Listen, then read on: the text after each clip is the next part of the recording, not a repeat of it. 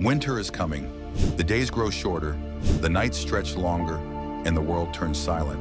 Most people use this season to hide, to wait for the new year, hoping a new date will change their life. But winter isn't here to make you weaker, it's here to test you. This cold, quiet season isn't for hiding, it's for building. While the world sleeps, you rise. Forget the parties, the endless scrolling, and the distractions that drain your focus. This winter, disappear. Lock in. Wake up early, not for trends, but for discipline. Take the cold shower, not for comfort, but for courage. Hit the gym, not for vanity, but for strength.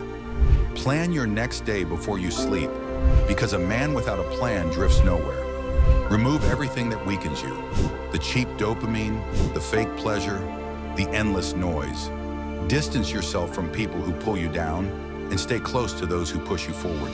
This is your grind season, the time to master your mind, your habits, and your purpose. Each small win builds your momentum. Each sacrifice shapes your character.